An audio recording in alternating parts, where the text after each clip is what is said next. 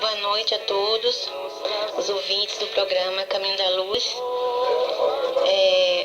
Nós estamos aqui iniciando nosso programa, enviando nossos cumprimentos aos colegas, amigos do Centro Espírita Luz, Amor e Verdade, aqui da sede de Coção do Coité, aos amigos da Casa de Oração Bezerra de Menezes, no distrito de Salgadalha, e aos amigos da Casa do Caminho, Jesus de Nazaré, no distrito de Juazeirinho, no qual teremos uma palestra nessa próxima quarta-feira com o meu colega aqui, Jurandir Cirino, e todos estão convidados. Nós queremos cumprimentar e agradecer a toda a equipe da Rádio Cisal e, de modo especial, a Genivaldo Silva, que está sempre aqui nos ajudando, né? Nos apoiando nessa jornada. Queremos mandar um abraço especial para a Lana, nosso amigo, Djalma Araújo Pereira, que completou mais um aninho, né? Na semana passada, mas tem um astral maravilhoso. Lana vai viver muitos anos ainda, viu, Lana?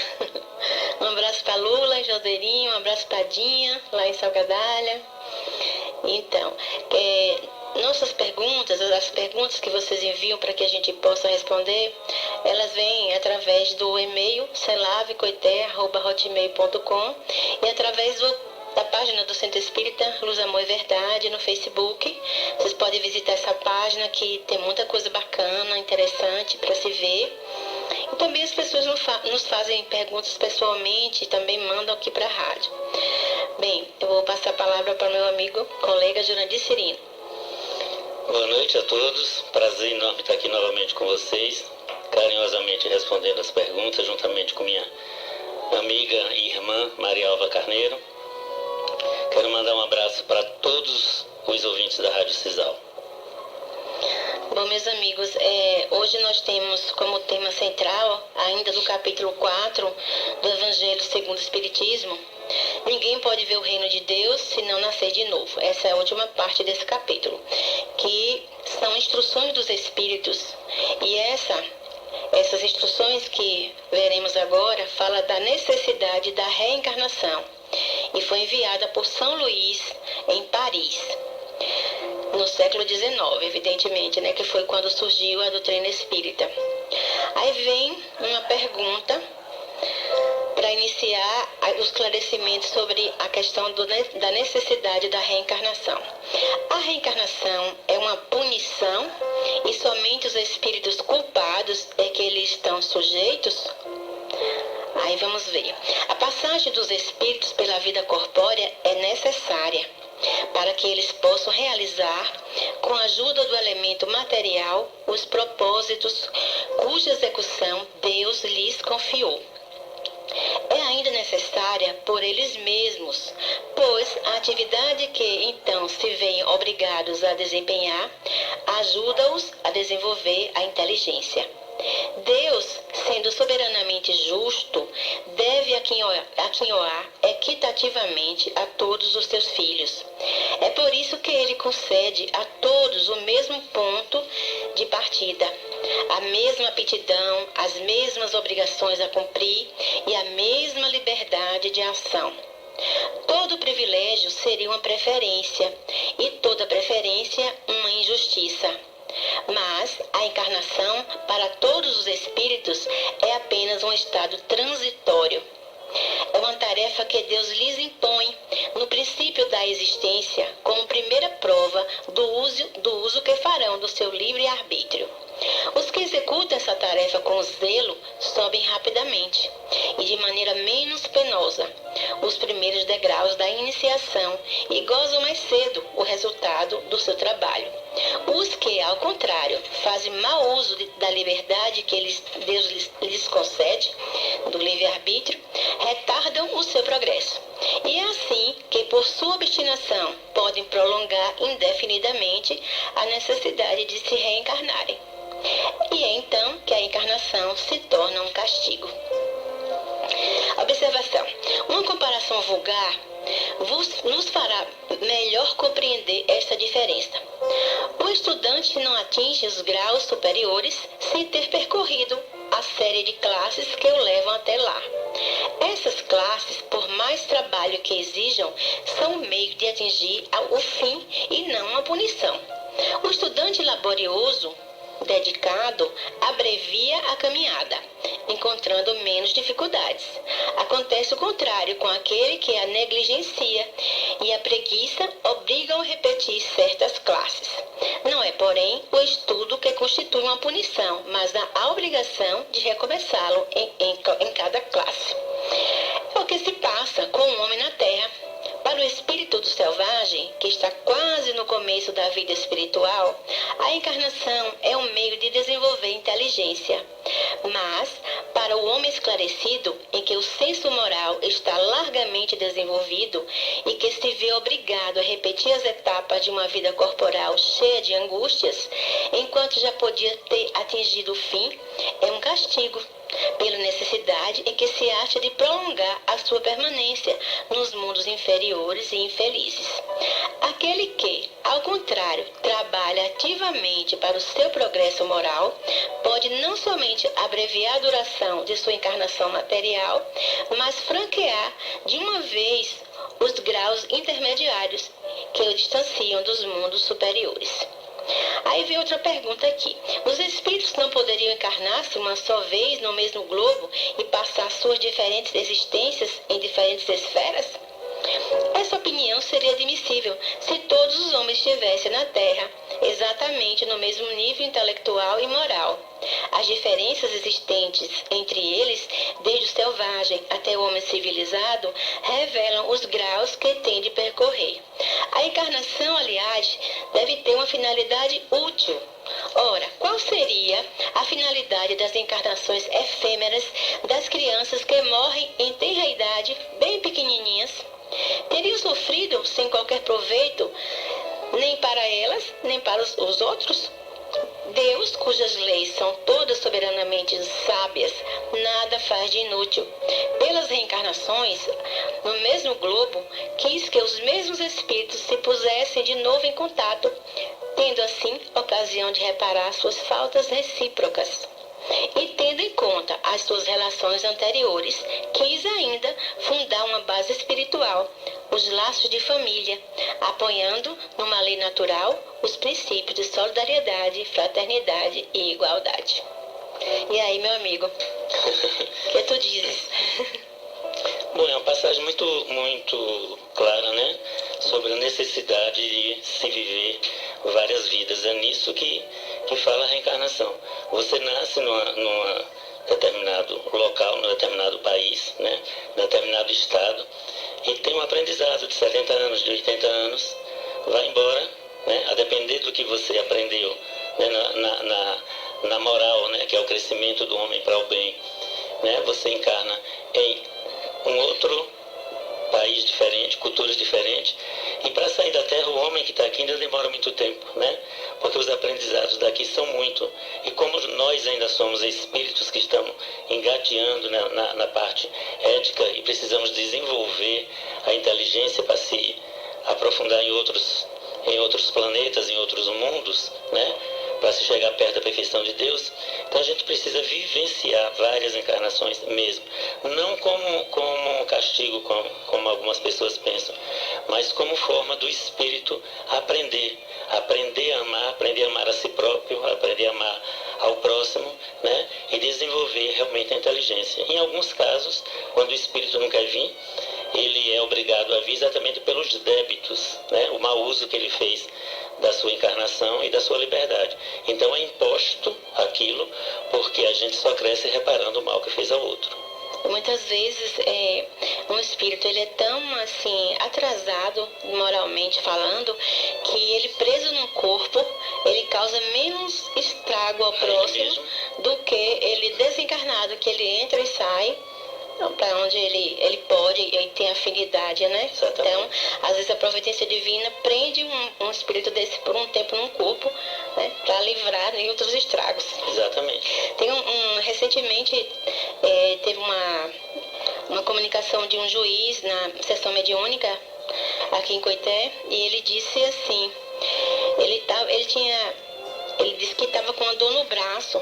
E ele não sabia, né? Só que a dor era no perispírito, ele não tinha mais corpo. Aí na conversa que foi feita com ele, na doutrinação, ele entendeu que aquela dor era porque ele tinha feito muitas sentenças prejudicava as pessoas, beneficiando outras. E aí, ele que estava com muito remorso, ele dizia, por que eu não nasci um lavrador? Por que eu não nasci uma pessoa bem simples? Porque hoje eu não estaria sofrendo tanta angústia como eu estou sentindo, né? Então, a gente precisa ter muito cuidado com o que a gente faz na vida, com a gente mesmo e com os outros, porque a vida é exímia cobradora. Com certeza. Vamos às perguntas. George pergunta, que relação há entre a inteligência humana e a inteligência animal? Diógenes? George. Boa noite, George.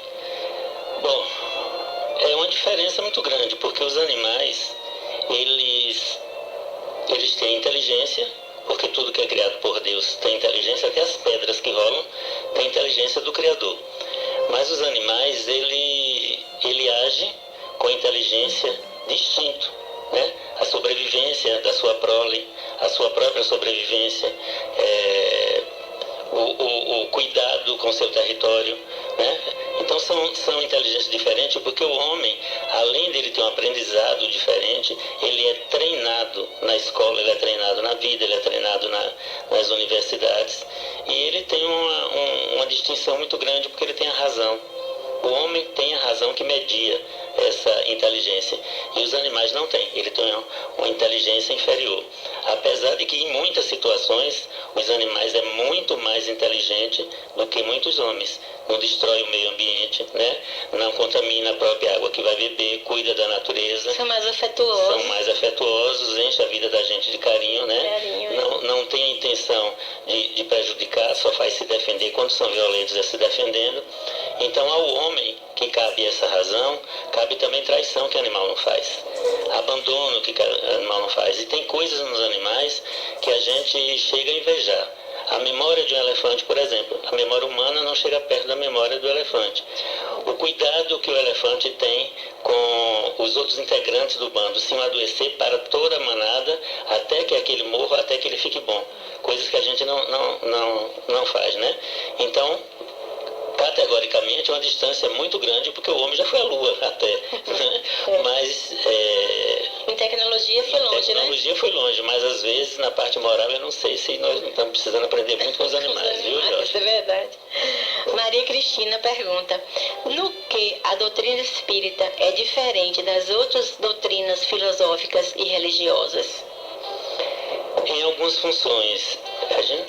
Maria Cristina, em algumas funções, porque assim, existem doutrinas filosóficas e religiosas que pregam muita coisa do que é pregado na doutrina espírita, por exemplo, o budismo.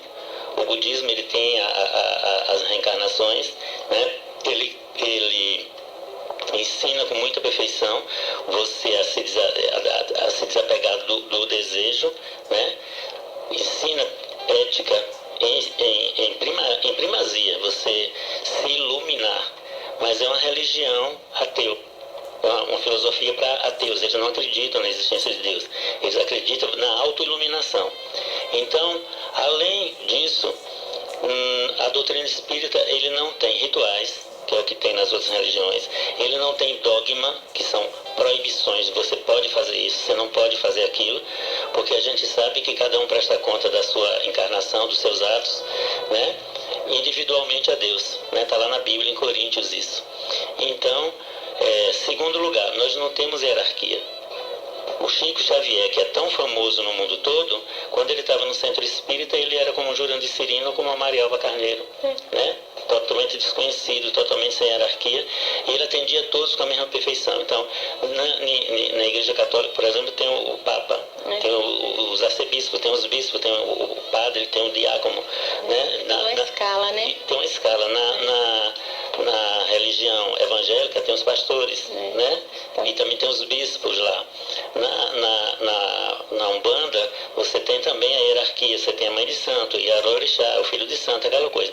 No Espiritismo não, no Espiritismo é livre a sua vida para você fazer dela o que você quiser. Agora, ela orienta você no bem viver, para que você não desperdice sua vida, sua encarnação, né, com coisas banais e que depois você vai ter a dor de reparar, às vezes, com a encarnação muito dolorida, né? Voltar numa situação muito, muito pior. também a gente acrescenta, Jura, que a doutrina espírita, ela está sempre buscando confrontar-se com a ciência, né? Exatamente. Você vê que a doutrina espírita hoje, o que a doutrina espírita ensina, é instrumento de pesquisa para a ciência médica e ciência psicológica, etc. E muitos instrumentos são usados, o exemplo do passe, da água fluidificada. Então, assim, não é que a gente queira dizer que a espiritismo seja melhor que as outras, de jeito nenhum. Nós estamos apenas colocando a diferença que Maria Cristina perguntou, certo? Vamos ver aqui, Marta, ela pergunta: sou irmã de Maria Cristina e estamos interessados em conhecer o Espiritismo. Gostaria de saber como interpretar a frase: todo espírita é espiritualista, mas nem todo espiritualista é espírita. Bonita frase que é. Meu nome dela? Marta. Marta, boa noite, Marta. Muito obrigado pela pergunta, muito inteligente. É o seguinte, o espiritualista é toda a pessoa que sabe, que acredita que o corpo vai morrer e o espírito vai permanecer, né? O espírito permanece depois da morte do corpo físico. Essa pessoa é uma pessoa espiritualista. Os espíritas, ele acredita nisso e acredita na comunicação do mundo espiritual com o mundo material. O espírito que deixa o corpo físico, ele se comunica, ele manda mensagens, ele manda cartas, ele manda recados, ele continua fazendo arte através da psicografia, né, para o mundo material. Então, o espiritualista, existe em igrejas evangélicas, por exemplo, ele sabe que o espírito vai prevalecer depois da morte do corpo, mas eles, na crença dele, o espírito vai descansar até o dia de ser julgado e entrar no reino final. Em outras religiões, o dia do juízo final, né? E nós sabemos que não é assim. Para nós, a diferença é exatamente porque, além da gente acreditar na vida do espírito depois da morte, a gente acredita na comunicação entre os dois lados e na reencarnação. Essa é a diferença do espiritualista para o espírita. Por exemplo, os hindus, você falou ainda há pouco, eles são espiritualistas, né? Espiritualistas, mas não são espíritas. Me lembro de uma novela que tinha uma senhora, Caminho das Índias, eu acho, que tinha uma senhora que dizia assim: se você não melhorar, você não vai sair nunca da roda da vida.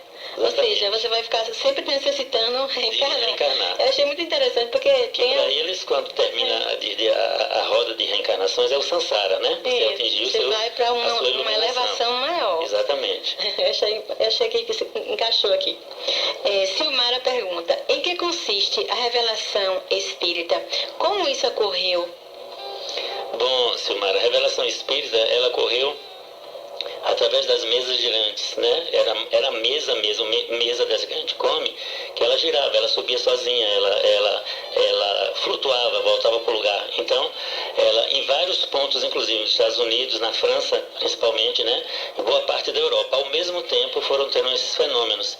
E dali, o codificador Allan Kardec, ele percebeu que por trás, que uma mesa não anda sozinha, uma mesa não pode levantar sozinha, não pode girar sozinha. Então, ele percebeu que ali tinha uma força por trás daquilo, e nas investigações, né, os espíritos se comunicaram, né, porque já estava na hora de chegar o Consolador Prometido, que é o Espiritismo, né, para nós. Então, as revelações que ele conseguiu com auxílio da espiritualidade maior surgiu exatamente com as mesas girantes. E diga-se de passagem que Allan Kardec, ele era um cientista. Não tinha intenção de criar nenhuma religião. E era ateu também. Inclusive, né? Tudo foi obra mesmo de Deus no momento certo. Isso. Albérico pergunta: o que os espíritos fazem no mundo dos mortos?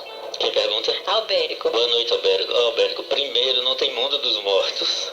Os espíritos vivem no que a maioria das pessoas chama o mundo dos mortos. Existe mundo material, que é o que nós estamos aqui, e mundo espiritual, que é a nossa verdadeira casa. Aqui nós somos agregados, lá nós somos de lá. Então a gente é um ser espiritual que está passando por uma experiência terrena. A gente não é da Terra, a gente não é humano. A gente é espírito encarnado aqui por um período. Aqui, né, gente? Ninguém fica. A gente vem aqui, de um aprendizado, entra na escola que se chama vida, e aí terminou o fluido vital, apagou, deixou o corpo e retorna para a casa do Pai, que é a nossa verdadeira casa. Então, no mundo espiritual, existe universidade, existe trabalho, existe mar, existe tudo, jardim lindíssimo, existe casamento, existe namoro, existe tudo com uma perfeição muito maior. Então, se você observar, nos últimos 30 anos, nós temos tecnologia, né, que nós passamos quase 2.000 anos para ter. Nos últimos 30 foi passada tecnologia para o planeta Terra, mais do que foi passado em 2.000 anos. Isso é só uma prévia do que é o mundo espiritual.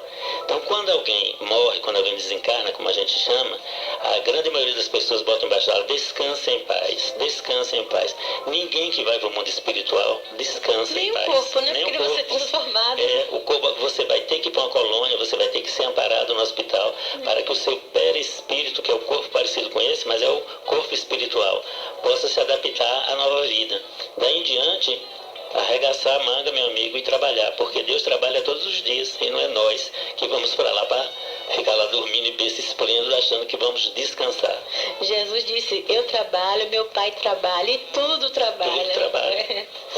Genésio pergunta: por que a maioria das pessoas teme a morte? Quais são as causas? Bom, Genésio, em primeiro lugar, porque as pessoas vem muito falar em céu e inferno, né? Você ficar purgando aquilo dali, lugares com fogo, lugares com gente perversa. Então, a pessoa tem medo do que vai encontrar lá. Porque a morte é o desconhecido. Você não sabe o que é que você vai enfrentar, desde que você viva de forma coesa com Deus, né? Com a bondade, com a alegria, com a necessidade de elevação espiritual, com que você comece a observar-se por dentro, né? Tentar ser melhor do que ontem, hoje, amanhã ser melhor do que hoje, né? Estar ligado no bem. Se você tem essa fé e se você conduz sua vida de forma digna e moral, com uma coisa simples que Jesus ensinou: não faça o outro aquilo que você não quer que o outro faça para você.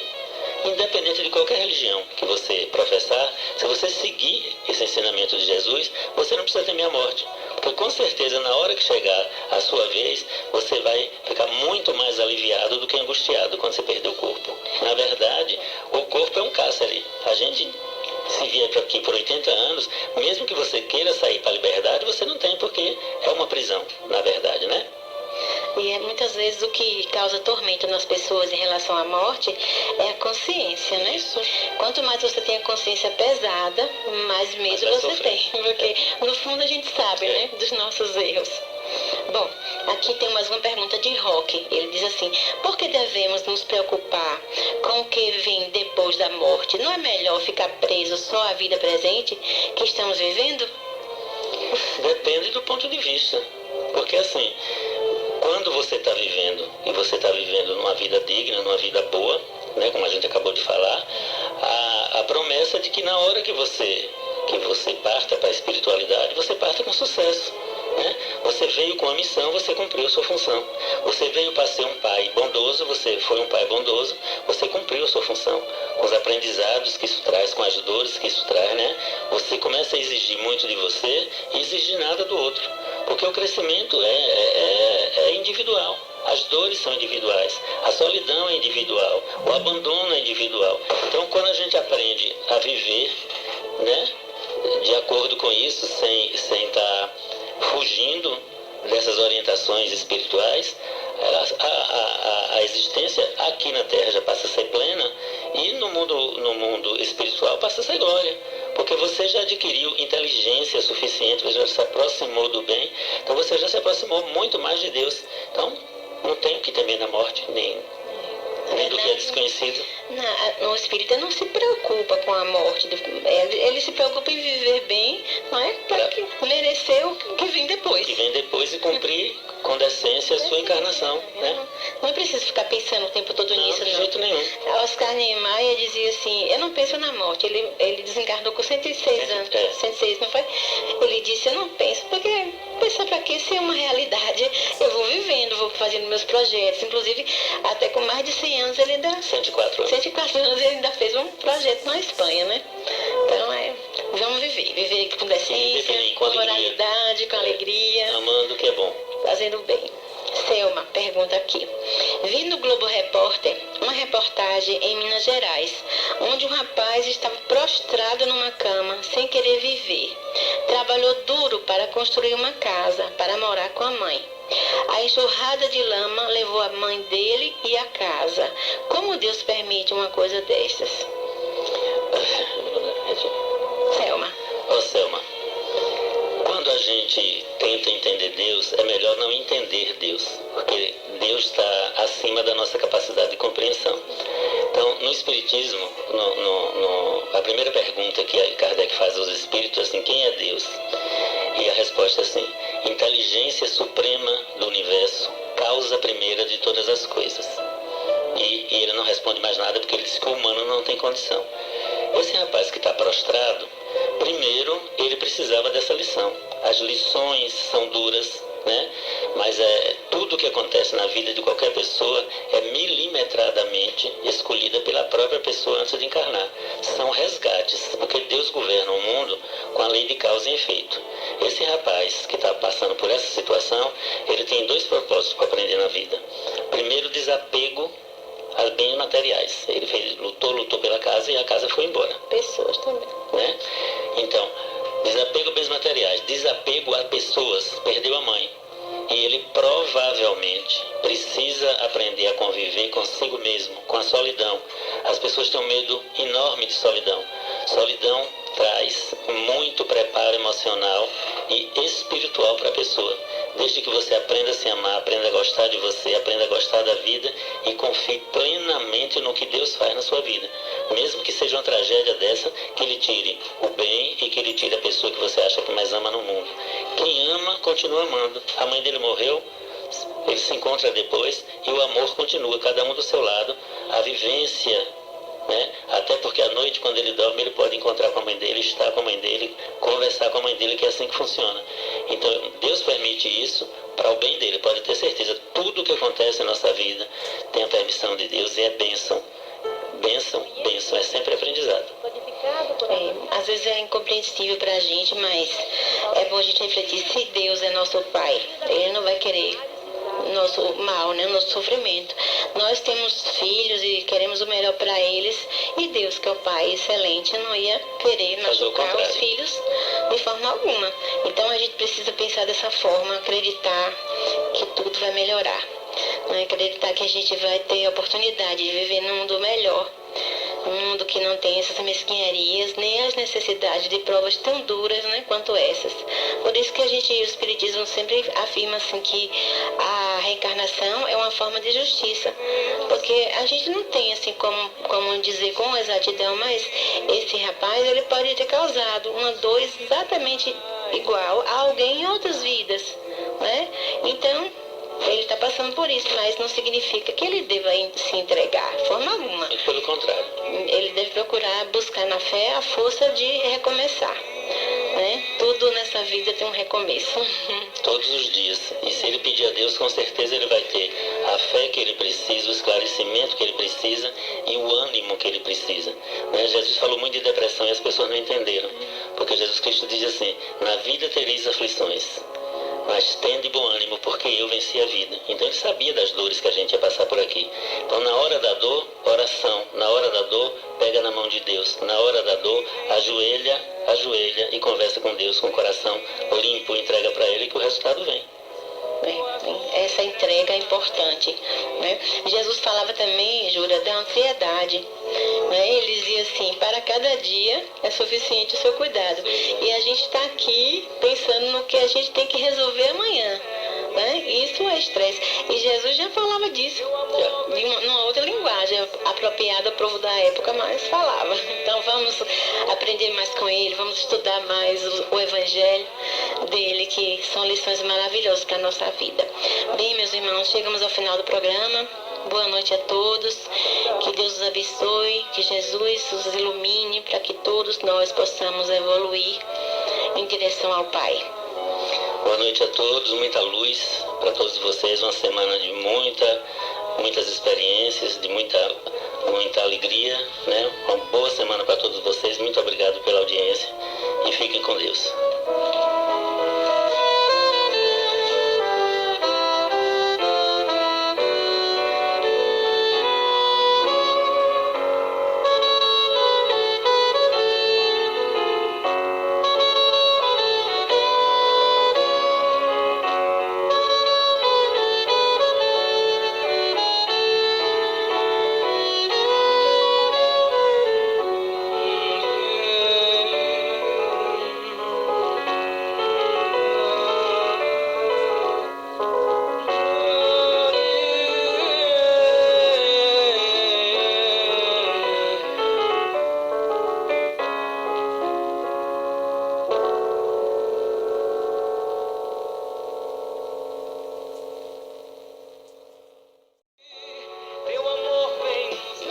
noite a todos os ouvintes do programa Caminho da Luz. Nós estamos aqui iniciando nosso programa, enviando nossos cumprimentos aos colegas e amigos do Centro Espírita Luz, Amor e Verdade, aqui da sede de Coção do Coité, aos amigos da Casa de Oração Bezerra de Menezes, no distrito de Salgadalha, e aos amigos da Casa do Caminho Jesus de Nazaré, no distrito de Juazeirinho, no qual teremos uma palestra nessa próxima quarta-feira com o meu colega aqui, Jurandir Cirino, e todos estão convidados. Nós queremos cumprimentar e agradecer a toda a equipe da Rádio Cisal e, de modo especial, a Genivaldo Silva, que está sempre aqui nos ajudando, né? Nos apoiando nessa jornada. Queremos mandar um abraço especial para a Lana, nosso amigo, Djalma Araújo Pereira, que completou mais um aninho, né? Na semana passada. Vai ser um astral maravilhoso. Lana vai viver muitos anos ainda, viu, Lana? Um abraço para Lula em Joseirinho, um abraço para Dinha, lá em Salgadalha. Então, nossas perguntas, as perguntas que vocês enviam para que a gente possa responder, elas vêm através do e-mail celavecoité@hotmail.com e através da página do Centro Espírita Luz, Amor e Verdade no Facebook. Vocês podem visitar essa página que tem muita coisa bacana, interessante para se ver. E também as pessoas nos fazem perguntas pessoalmente e também mandam aqui para a rádio. Bem, eu vou passar a palavra para o meu amigo, colega Jurandir Cirino. Boa noite a todos. Prazer enorme estar aqui novamente com vocês, carinhosamente respondendo as perguntas, juntamente com minha amiga e irmã Maria Alva Carneiro. Quero mandar um abraço para todos os ouvintes da Rádio Cisal. Bom, meus amigos, hoje nós temos como tema central, ainda do capítulo 4 do Evangelho segundo o Espiritismo, ninguém pode ver o reino de Deus se não nascer de novo. Essa é a última parte desse capítulo, que são instruções dos Espíritos. E essas instruções que veremos agora fala da necessidade da reencarnação e foi enviada por São Luís em Paris, no século XIX, evidentemente, né, que foi quando surgiu a doutrina espírita. Aí vem uma pergunta para iniciar o esclarecimento sobre a questão da necessidade da reencarnação. A reencarnação é uma punição e somente os espíritos culpados é que eles estão sujeitos? Aí vamos ver. A passagem dos espíritos pela vida corpórea é necessária para que eles possam realizar, com a ajuda do elemento material, os propósitos cuja execução Deus lhes confiou. É ainda necessária por eles mesmos, pois a atividade que então se veem obrigados a desempenhar ajuda-os a desenvolver a inteligência. Deus, sendo soberanamente justo, deve aquinhoar equitativamente a todos os seus filhos. É por isso que ele concede a todos o mesmo ponto de partida, a mesma aptidão, as mesmas obrigações a cumprir e a mesma liberdade de ação.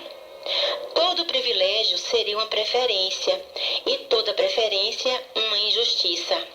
Mas a encarnação, para todos os espíritos, é apenas um estado transitório. É uma tarefa que Deus lhes impõe no princípio da existência, como primeira prova do uso que farão do seu livre arbítrio. Os que